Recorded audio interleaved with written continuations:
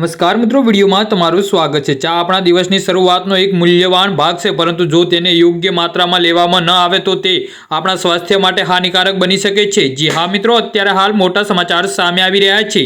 ચામાં રહેલું કેફીન આપણા શરીરના આંતરિક અંગોને અસર કરી શકે છે, જેના કારણે ઊંઘની સમસ્યાઓ પણ વધી શકે છે। વધુમાં વધુ પડતી ચા પીવાથી હૃદય રોગ વધી શકે છે, ખાસ કરીને જેમને હાઈ બ્લડ પ્રેશર અથવા હૃદયની સમસ્યા છે।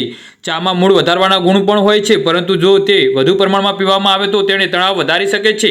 તેમાં રહેલું ડેનિન દાંતને નુકસાન પહોંચાડે છે અને કેલ્શિયમની ઉણપ પણ વધી શકે છે। આ સિવાયમાં ચામાં વધુ પડતા સેવનથી પેટના રોગો પણ વધી શકે છે। જી હા મિત્રો, અત્યારે હાલ મોટા સમાચાર સામે આવી રહ્યા છે।